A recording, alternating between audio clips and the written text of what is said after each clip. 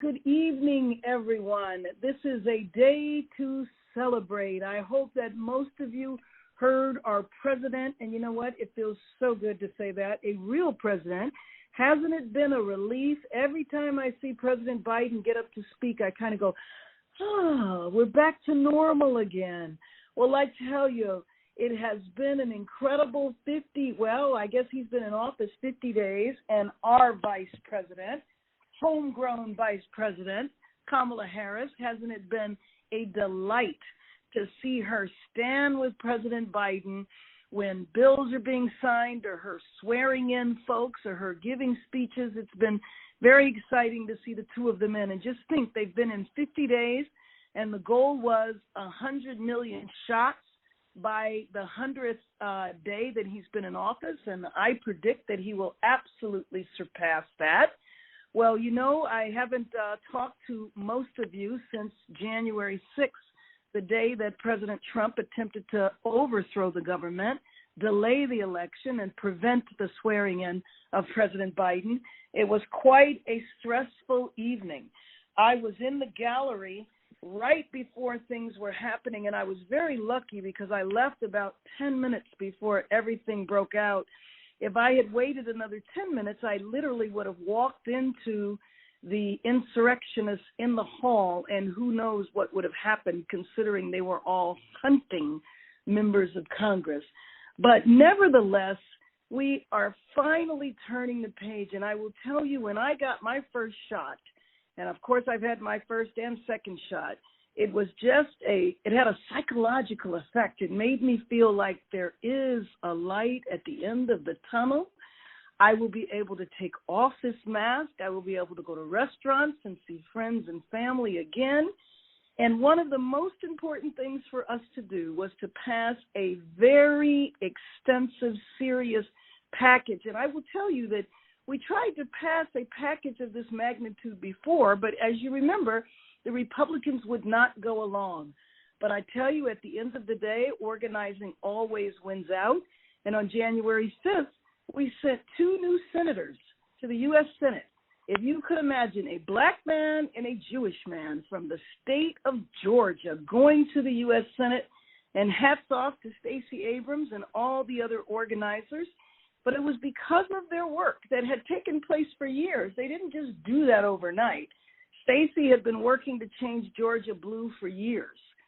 It was because of that we can now have this town hall today and talk about a rescue package that really will help the American people, because we were able to do it, because we have the majority in the Senate. Mitch McConnell is back in his office. Who knows what he's doing? He can't confirm judges anymore, thank goodness. And so we wanted to have this town hall tonight right after the president spoke, 24 hours after we passed the package, because we want you to know what's in it. We want you to know how to access it. And we are so fortunate to have the experts that we have. And I'm very proud to say that we have a new senator, Senator Sidney Camlogger Dove, on her first day of work as a senator, and she was kind enough to participate in this town hall, and we can all celebrate her victory when we hear from her in a few minutes. So let me go over a few things, and then I'm going to call on Sidney. Everybody knows about the stimulus checks. So $1,400 will be coming your way soon, depending on your income level. And so households with incomes under $75,000 if single without dependents, $112,000 if single with dependents, or $150,000 for married couples who would generally be eligible for the full amount. So if your income is below that, you will receive a check for $1,400. The IRS, this is about, of course, if you didn't file for your 2020 income tax, which, of course, is still early in the year, so most of them haven't filed because we're not near April 15th. So if the most recent information that the IRS has is your 2019 return, then you can use that 2019 return. So, but if your 2020 tax data is going to make you ineligible for these payments, so be careful. you can wait to file them until April, and the IRS will look at your data based on 2019. So understand that. If you haven't filed for your taxes, the IRS is going to look at what you made in 2019. The child tax credit, that's a really big deal. You've probably been hearing about how the child tax credit is going to cut child poverty in half. Well, temporarily, because the child tax credit is for a year. Now, of course, one of the reasons we did this is because we would love to make it permanent. And when you hear the word refundable, when they say you're making the credit fully refundable, what that means is that, you know, for people who have a child tax credit or a dependent, you know, you file at the end of the year and you get your return. Well, if your tax is refundable, that means instead of waiting until the end of the year, the IRS is going to send you a check every month, and those checks would begin in July. So be on the lookout for your stimulus checks, be on the lookout for the child tax credit, and that should happen pretty soon because the system was already put in place the last time you got a stimulus check. I'm not exactly sure when, but it shouldn't take more than a few weeks for you to get that stimulus check. Now, with the stimulus checks coming, I did want to take a moment to discuss the fact that numerous constituents have complained about the post office. And so post office customers are experiencing frequent and harmful delays in their mail service, and that's due to slow processing times. You know, it's a battle nationally with the post office because remember that guy that Trump put in who was dismantling the machines and canceling overtime and all? Well, he's still there. It's going to take a while for him to be removed. You know that Biden has the confirmation of his appointees have taken an extra long time. He should have had his full cabinet in place by now, and he hasn't because things are moving slow in the Senate. Even though we are the majority, they're still running slow. So I think it's probably going to take us a while before we can get rid of that guy and get the post office up to speed where it needs to be. So with that, let me bring on the newest senator in the state of California, Senator Sidney Camlogger. Dove, congratulations. It is wonderful that you are sworn in and busy at work. Well, thank you so much, Congresswoman. I am so thrilled that my first official order of business this Thursday evening is to be on a town hall with you. You are everyone's hero in my district and in my household, so I appreciate you. I am, yes, Sidney Camlogger, the newly elected senator for California's 30th State Senate District and proud former assembly member to the 54th. And I'm looking forward to answering any questions that I can about how the state is helping our constituents and to give some information on EDD. You know, my office has been working relentlessly through the pandemic to provide assistance with state agencies, especially with EDD and unemployment claims. And we've been able to successfully help so many constituents clarify their eligibility, resolve issues with their claim, ensure that their claims are being processed, and confirm their identity and wage documents have been received. And we know that those have been a number of hiccups that many constituents have been challenged by. I want to just say that if you're having any trouble with any state agency, you can contact my district office. That number is 310-641-5410. You can also go through the website. So since the onset of the pandemic, EDD has processed over 20 million claims and has paid a total of $126 billion in unemployment benefits. This number exceeds 5 times the number of claims filed even during the worst year of the Great Recession. If you were on the last call that we had back in December, you'll recall that EDD had created a new legislative referral system, which actually allows my office and other offices to more effectively communicate with EDD, to actually step in and serve as the middle person between constituents and EDD to elevate claims and to make sure that response times are quicker. EDD has completed adding up to 11 weeks of benefits to PUA or PEUC claims, finishing their commitment to complete Phase 2 by March 7. Phase 1 actually was finished in January. Approximately 185,000 claimants were included in Phase 2, and they now have been given the opportunity to certify that these benefits will be eligible. So remember, when we came back, we actually appropriated more money to go into the hands of constituents who were still unemployed. And so we had a Phase 1, and then we have Phase 2, which happens in March.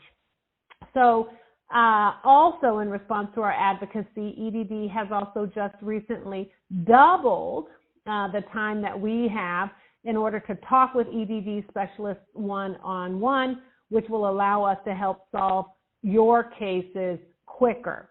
There have been lots of reports on EDD fraud. That is something that the legislature and the administration are working through. Lots of mistakes have been made and things have fallen through the cracks.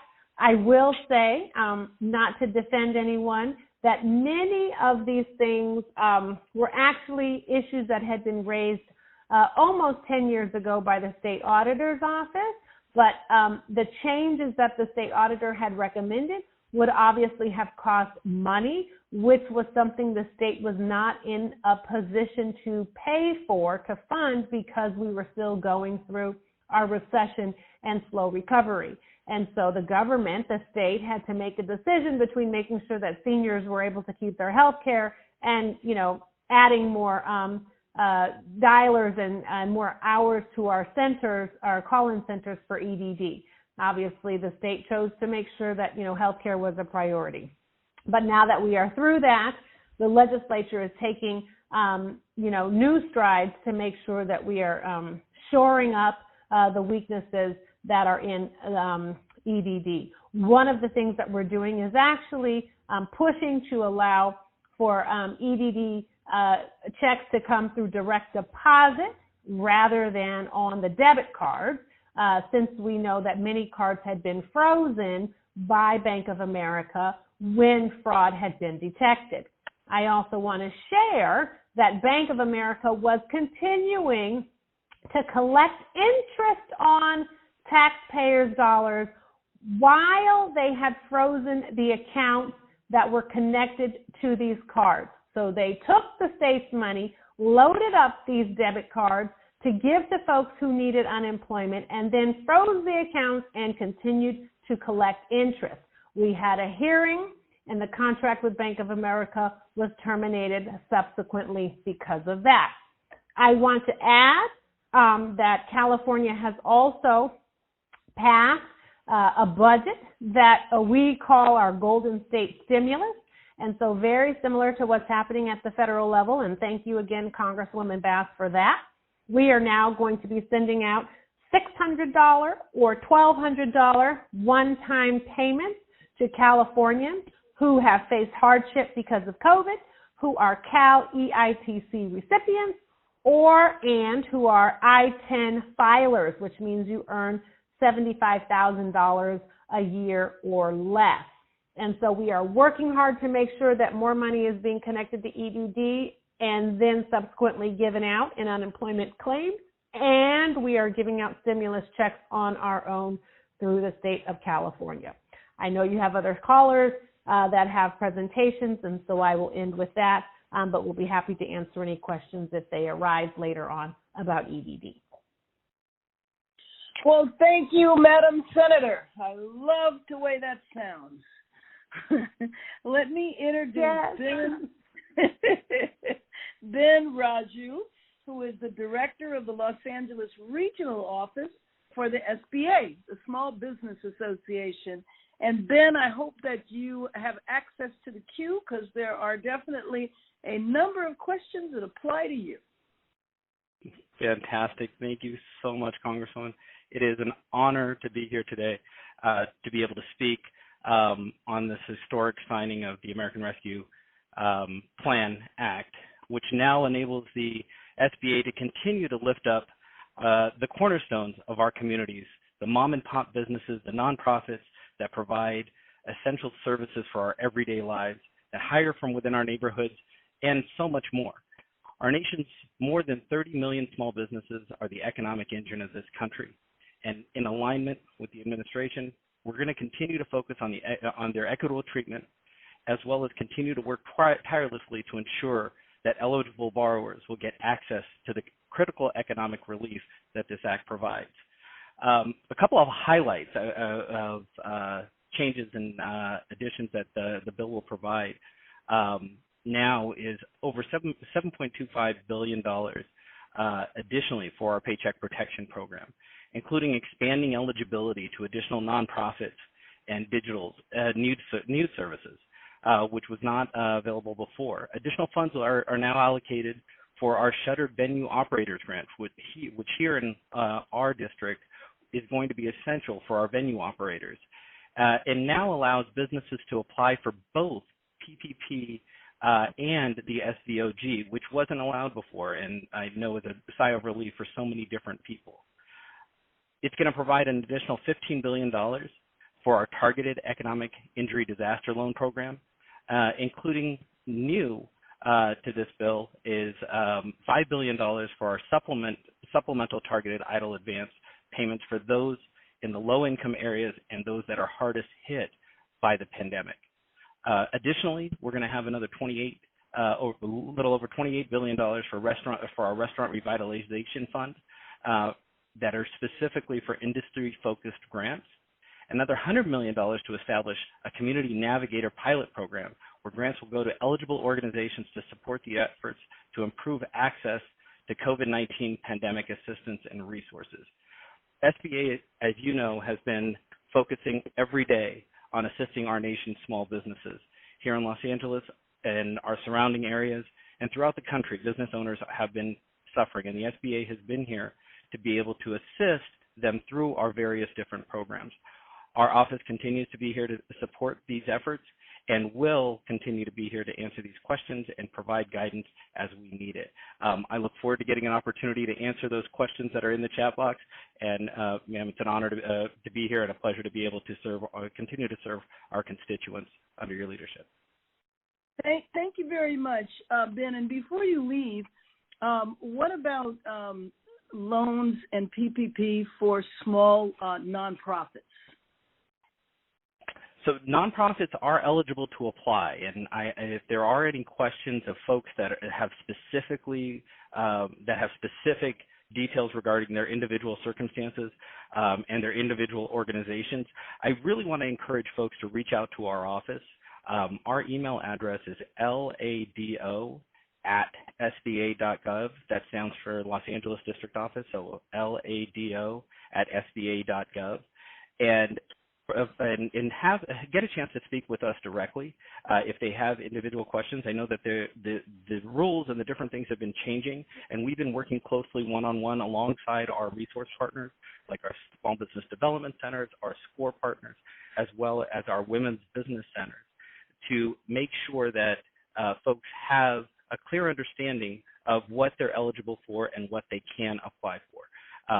And additionally, I know that we've got folks that are wondering about the forgiveness and the grants and how do I apply for different things. We're here to help them and navigate through the process. And so I would imagine that you could not, as a nonprofit, get a loan to, say, build low-income houses, or if you ran a group home business for drug and alcohol rehab, is that possible? Can that be viewed as a small business? So, ma'am, under the COVID relief programs, obviously it is for the impact of the pandemic itself. Our traditional SBA programs are in fact still in effect, and there are a lot of debt relief programs that are in there. However, the building of the housing and those types of things are not necessarily considered under the small business under the traditional SBA lending programs. However, if business owners are looking at developing or going into those types of areas, again, I encourage them to reach out to us so we can see if there are any areas that we can help them in. However, lending under our programs for those particular areas are definitely limited. Well, Nick from Los Angeles says that, or asked, will they extend accepting small business applications for less than 20 employees? He thinks that the 14-day window has already passed, but that couldn't be the case, correct? Yeah, the 2 weeks that folks had for the less than 20 employees I think we're right at the tail end of that. However, I encourage folks that do have less than 20 employees to continue to work with their lenders.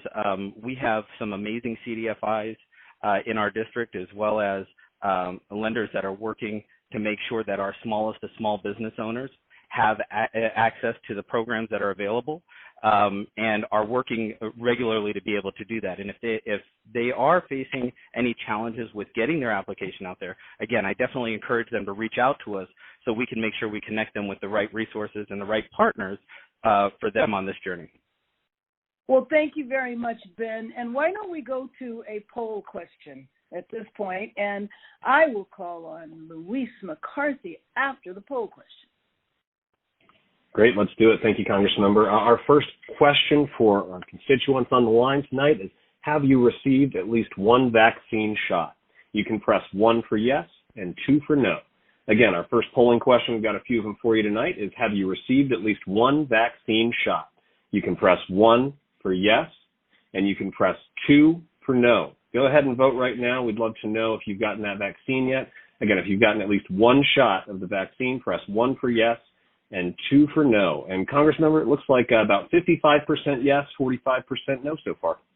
Oh, good. Well, I'm glad to see a number of folks. Well, now Louise McCarthy, CEO of the Community Clinic Association of LA County, will be with us, as she is typically always there when we need her, and we appreciate her so much. Louise, please tell us about vaccines and healthcare. Thank you very much, Congresswoman, and also a very happy, proud constituent of the 37th. Yeah. Thank you, first of all, for supporting the American Rescue Plan and for all of the prior relief packages. Those have been so critical. I want to thank Ben personally for that PPP loan that kept our nonprofit open last year. So those have all been really critical things for us to achieve. And finally, congrats, Senator. I like the sound of that. So we've got health centers across the 37th district. There's 18 organizations that serve 133,000 patients, and our members have been stepping up vaccines since December. And as you all know, there hasn't been enough. We haven't had enough doses, and it has been a scramble. But in addition to this relief package, I'm happy to say that relief in the form of more doses is on the way. We're opening up additional tiers. We opened up additional tiers on the 1st with essential workers. More folks coming up on the 15th, including people with underlying conditions. And now they just let us know that they added to that group people experiencing homelessness and people with HIV. So starting on Monday, those folks are eligible to get a vaccine. We're really excited about that. So additional doses are coming in. We actually have the Biden administration has started to directly allocate doses to the health centers because they recognize that a lot of areas, in particular places like South LA, were not getting vaccinated at the right appropriate levels, especially given the level of impact that those areas have had. So we're really excited that there's targeted doses coming in specifically to address some of the inequities that have occurred to date within vaccine administration. So we're not getting all we could have twice as many doses and still be cooking. So we've got a lot of capacity when those doses come. The other piece, when the infrastructure that's created in the American Rescue Plan. So you folks, residents, constituents on the phone are all going to get to experience just additional investments in the infrastructure for putting out vaccines. So in addition to doses, we're going to see additional sites and places and support with staffing and all of that glue that helps us stand up vaccine efforts. So you're going to start to see that. Additionally, if you're on and insurance subsidies are going to be increased as well for folks on a couple of different plans. So there are things that you will experience personally in your pocketbook that you'll see in your community as far as the places to get vaccinated and the friends and colleagues that you see getting vaccinated. And we are really excited that we feel like this is going to put us back to work and help us reopen safely. Thank you, Congresswoman. Oh, thank you. Thank you so much. Well, let me just ask you, Louise, you know, one of the issues about signing up for a vaccine is the online registration and the difficulty that people have. Do you have an option if somebody cannot sign up online or does not have email to get the confirmation? What do they do? You know, that's a really good point, and it's been really an exercise here trying to help some of the folks at the systems level understand that, you know, the real things that help people are people often, and when it comes to seniors and people who have limited access. So the best thing you can do is if you don't have internet access, call your provider. If you have a community health center in your community, contact them. Our community health centers are actually helping people make appointments through the website. So we're on the website making the appointment, and they don't have to. I know Behavioral Health Services is one of the clinics in the district that's been doing that, and that's been specifically helpful with seniors to get those visits.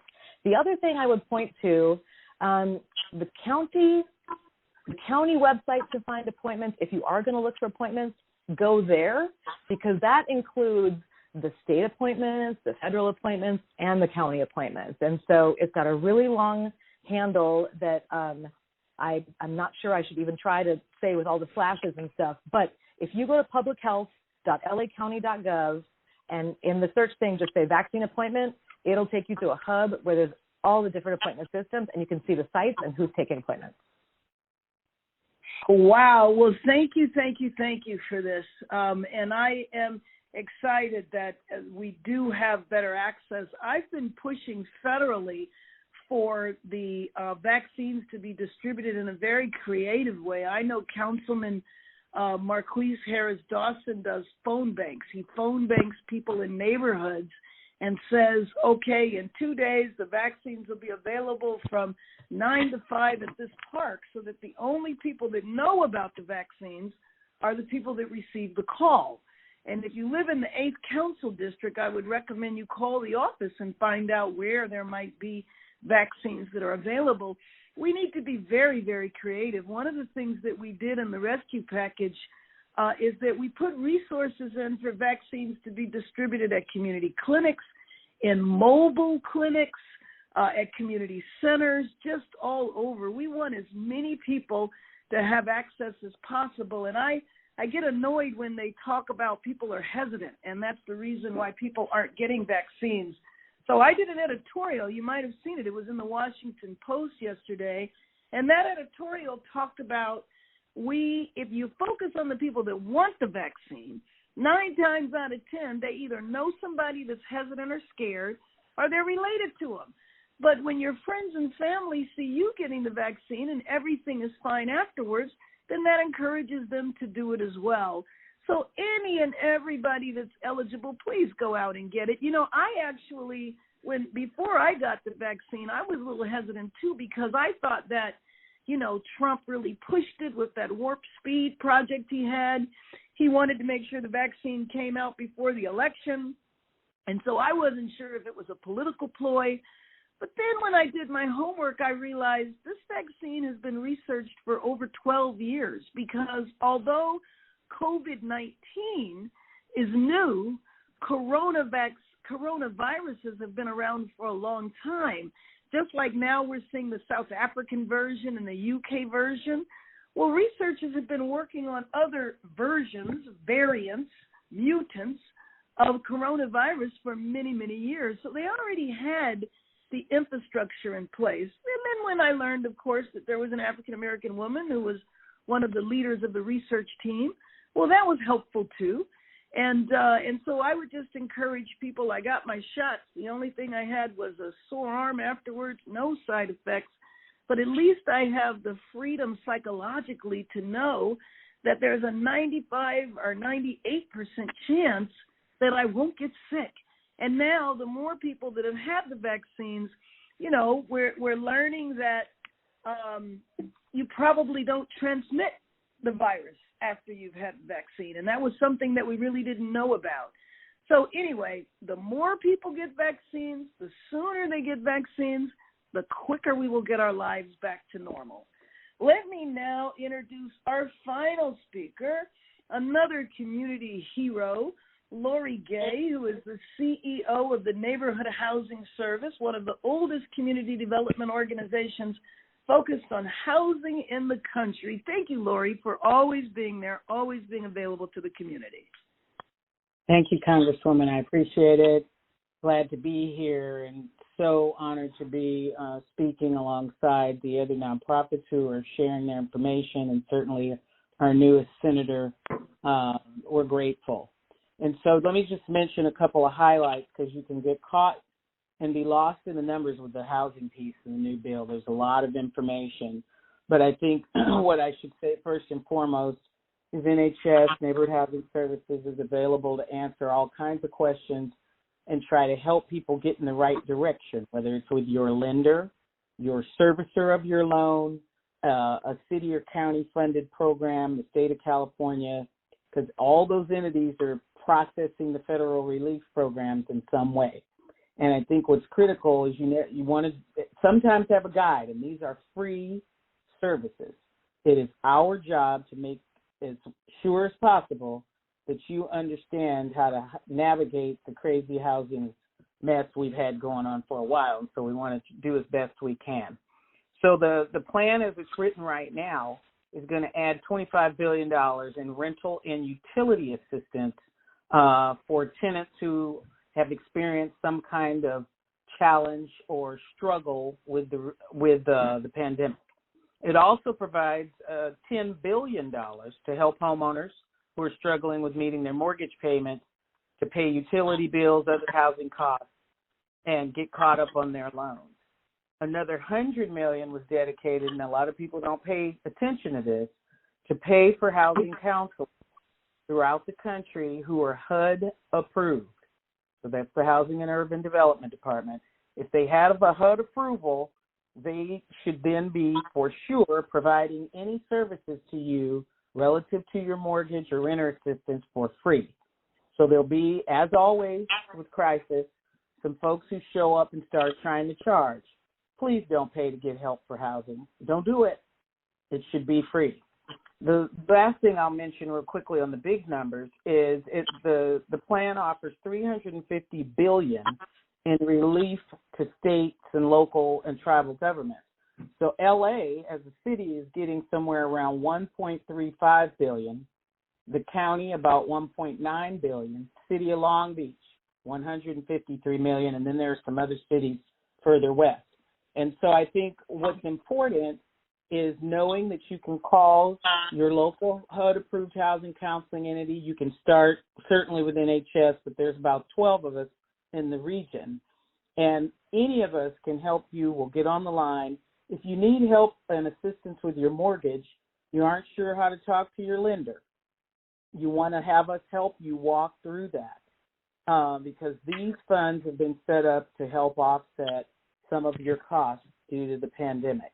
And I think there's all kinds of other local funds that have been set up as well. And so our housing counselors are trained and able to talk you through that as a free service, and then to say, you know, think about what fits you best. For mom and pop property owners, a lot of money coming down in this new bill, coupled with the state, coupled with the county, and the cities putting out money for mom and pop landlords. I'm so grateful for that, Congresswoman, because in this pandemic, we wanted to make sure that the people who care for our communities as property owners, they own multiple units, were also included. So I'm going to stop there because it's a lot of big numbers, but I think we're available to you at NHS, and we're happy to refer to our friends if you perhaps want to talk to other agencies too that might be more nearby you. Well, thank you. And I do hope that our speakers stay on the line. And why don't we go to another polling question? Sure thing, Congresswoman. Let's go to our next one lined up right here. We want to know if you have decided not to take the vaccine when it was made available for you, What was your reason? Press 1 if you don't trust the vaccine. Press 2 if you don't know where to get the vaccine. Press 3 if you've just been concerned lines or waits are too long. And press 4 if you've already taken it or you're not eligible yet, but you plan to take it. So let me read those options one more time. If you've decided not to take the vaccine when it was made available to you, what was your reason? Press 1 if you don't trust the vaccine. Press 2 if you don't know where to go to get the vaccine. Press 3 if lines are just too long or you're worried about wait times. And press 4 if you've already taken it or you're not eligible yet, but you're planning on taking it. And that'll take a few minutes to get those votes in, Congressmember. Wonderful, wonderful, wonderful. Well, let me take up several questions that are in the queue because some people are asking some political questions, but here's one that's not a political question, and that is, once you've had both shots, how long will it last, and will you have to get this shot annually moving forward? Bottom line is they don't know. I do think that all of us need to be prepared for this to be something that becomes routine, just like we get flu shots or pneumonia shots. They have not said that yet. I mean, in a way, we are all participating in a research project in the sense that they don't know everything about the vaccine, but they knew enough to say that the vaccine is safe, it's not going to hurt you, so go ahead and take the vaccine. But we will find out along the way whether or not we will have to take shots, whether we will take booster shots or whether it will be an annual shot. But you know how when you get a flu shot, you're not covered for every possible strain of flu there is. So you can get a flu shot and still get the flu. The shots that are given cover the strains that are the largest, but it doesn't mean it covers every single one. Some people have asked me whether or not the Black Caucus is going to continue investigating what happened on January 6th, the insurrection. Well, the Black Caucus actually won't do the investigation. Charles might be thinking of the fact that a member of the Black Caucus has filed a lawsuit against Trump and against the insurrectionists. And how ironic. It's done under the Ku Klux Klan Act. I think that's very appropriate. And another one of my colleagues have filed a lawsuit under the Ku Klux Klan Act, also from California, Northern California, Eric Swalwell. And basically, the Ku Klux Klan Act was policy that was put forward that basically charges organizations like the Klan for disrupting the work of government and something that was done after Reconstruction.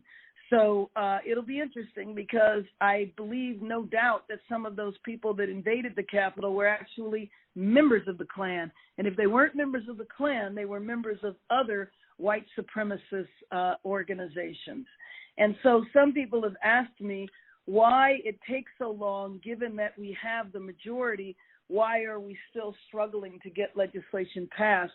Well, you probably know that for routine legislation, like the one I'm working on, the George Floyd Justice and Policing Act, it takes 60 votes in order to pass the Senate.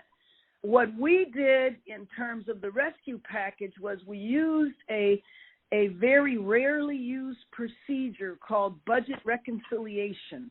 And when the Republicans voted for the $1.9 trillion tax cuts, they used the Budget Reconciliation Act in order to do that.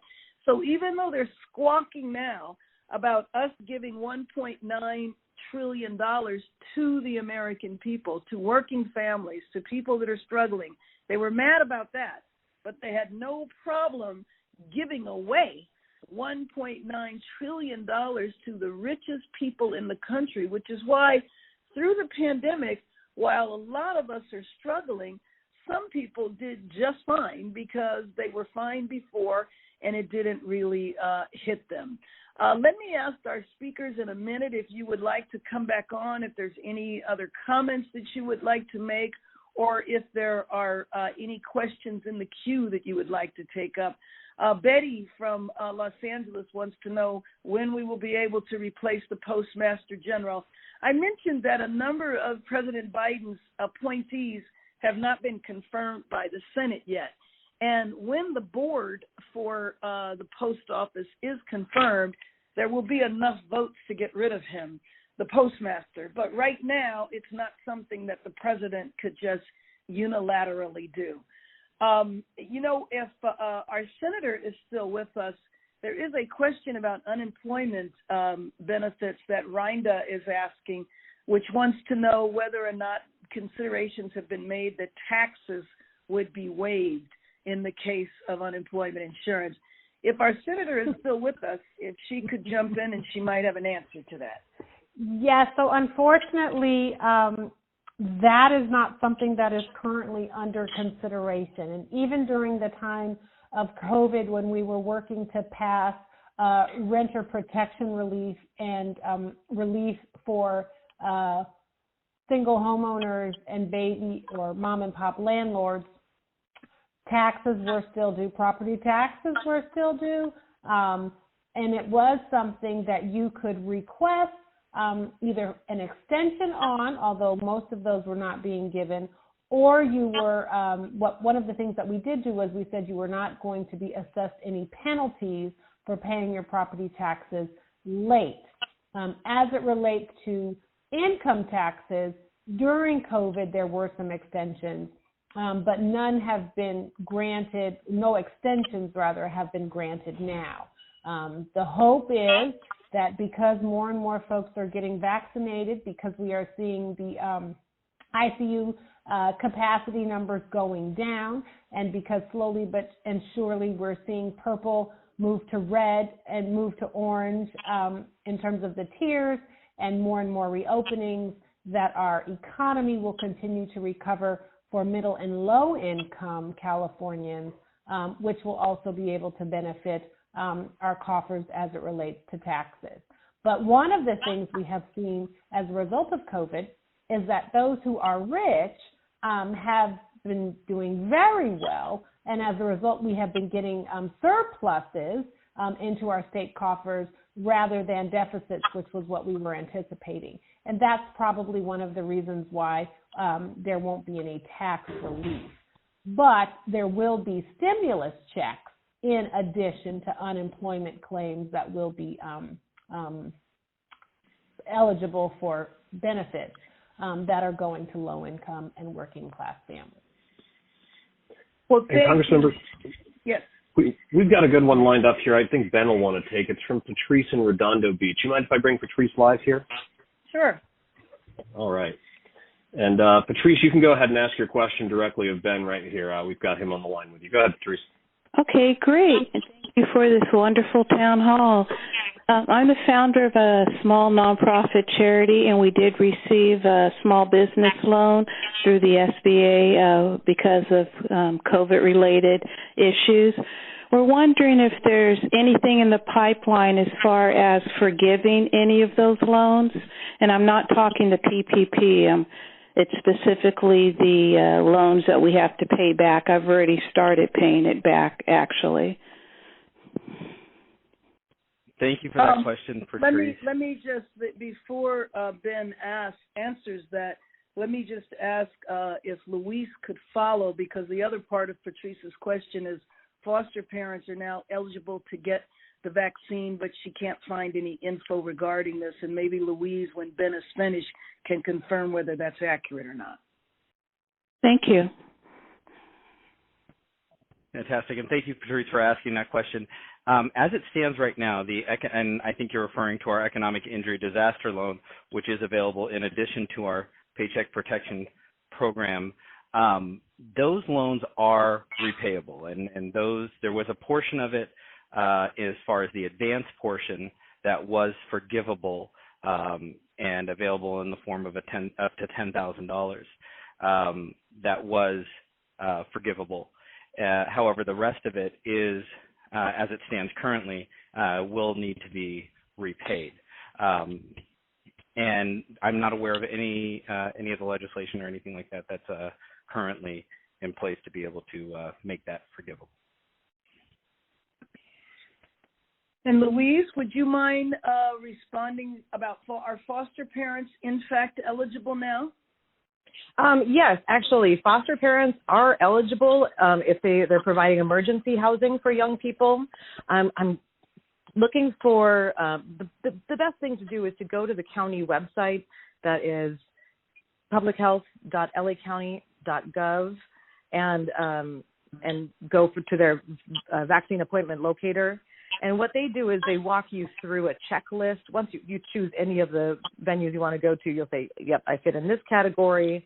And then they'll tell you what type of documentation you need to bring.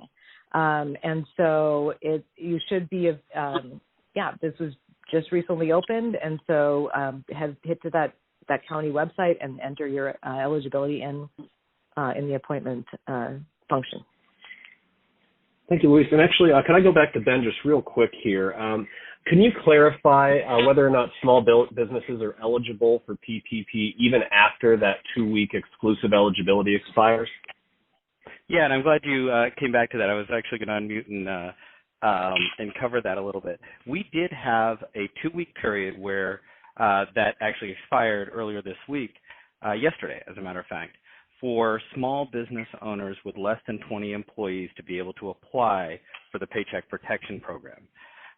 Even though that period is no longer available, where it's exclusively only for business owners that had less than 20 employees. Now, this was an opportunity, and this was a leg up for those smallest of the small business owners. And as a matter of fact, during this time period, over 400,000 small business owners with fewer than 20 employees were able to get access to this program. And the kicker on that is that 200,000 of those were first-time PPP borrowers. Throughout our area, we want to make sure that business owners understand that they are still eligible to apply, even though that 2-week period, that exclusive period, has passed. You still can apply. And as I mentioned earlier, we have CDFIs, we have lenders, we have a variety of different folks that are eager and working diligently to make sure that our smallest of small business owners get access to these funds. As Patrice pointed out, as we kind of discussed, the PPP portion of it, if used properly, is forgivable. It is important that folks do not disqualify themselves from this by not applying. Please apply, find out what you're eligible for, find out how you can fully leverage all of the programs that are available to you, and make sure that you're using those programs to the fullest extent so you can make sure that your business is not only surviving, but thriving through this pandemic. Let me just mention, too, that Naomi has asked a question about the monies for schools, and will those monies be eligible, or will they be allowed to be used to improve ventilation systems? And the answer is yes. So one of the points of the school funding is to make sure that the schools are safe. Make sure that the schools are safe. So it is about time for us to wrap up. Can we get a report from the polling questions? And then I would like to ask our speakers if they have any final thoughts. Sure thing. So we ran that last poll and asked if somebody had not taken the vaccine, what their reason was. And 76% of our listeners already took the vaccine, or they're just not eligible yet and they're planning to take it. So that's most folks. 14% say they don't trust the vaccine. 6% say they don't know where to get the vaccine, and 4% are just worried about those long lines or waiting too long. So that's the results of our poll, Congressmember. Well, let me just say before I bring on our speakers, beginning with our senator, if you don't know where to get a shot, could you please call our office at 323-965-1422. 323-965-1422. Senator, Madam Senator, what are your closing thoughts? Thank you, Congresswoman. I want to just thank you again, actually, for hosting these on a regular basis to keep constituents informed about what's happening at the federal level, but also at the state and the local levels. If anyone has any questions about EDD, about the Golden Stimulus Package, about the reopening of schools in Los Angeles County, or about how the state can better serve your needs as a constituent, please reach out to my office at 310-641-5410. We still have staff in the office who are answering phones to make sure that we can get you the resolution to some of the issues that you have, and the answers to your questions. Thank you very, very much. Ben Raju. Thank you, Congresswoman, and thank you so much for the forum to be able to share the information and being able to convene so many folks together to be able to get the valuable information that they need. I would like to leave everybody with this. If you don't know your local SBA office, get to know them. We're here to be able to support and guide you through not only this process, but beyond COVID. We were here before COVID. We're going to be here after COVID to help support you in your entrepreneurial journey. Find us, whether it's on Twitter at SBA_Los Angeles. Don't forget the underscore at SBA_Los Angeles, whether it's on our website at SBA.gov, giving our office a call at 213-634-3855, or emailing us at lado@sba.gov. We're here along with our partners, lending partners, our resource partners. Everybody is here to be able to help support you and guide you not only through this, but as we continue to grow and prosper into the future and the post-COVID business environment. Thank you so much, Congresswoman. I appreciate the opportunity. Absolutely. And before I call in Louise, there is a question in the queue from an individual who is not mobile and can't get out to get a vaccine. Is there any provision for vaccines for in-home folks who are not able to get around? You know, there are, and it's specifically, so if you have in-home supportive services or any of those services, you would contact that agency because those workers are also being vaccinated. But then, honestly, any of the community agencies that you work with related to getting support or care are doing this kind of connection work to help people connect. I know the YWCA has done great work in various areas, any nonprofit. And if you want to contact a clinic, find a clinic, we do have find a clinic on our website at ccalac.org. Thank you very much. And Lori Gay, close us out. Thank you. I just want to encourage people that home matters. And we've learned with this pandemic that home equals health. Please don't live in an environment where you feel unsafe. Please don't be concerned or worried or feel like you're going to be thrown out or evicted tomorrow. If you're having trouble with your mortgage, please call us. If you're having trouble with any rent or landlord situation, please call us. There's money now that's been available and will continue to be available for the homeless.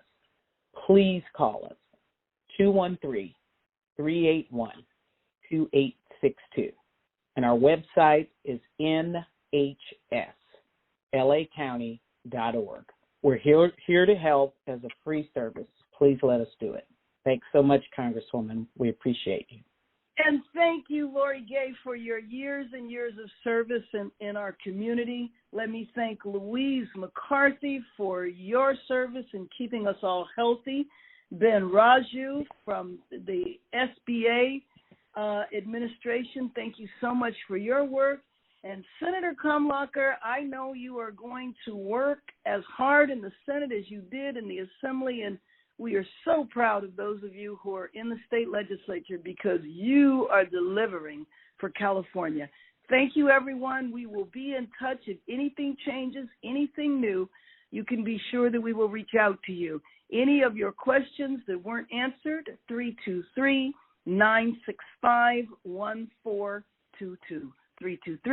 323-965-1422. Thank you, everyone, and be well, be safe. Get the vaccine.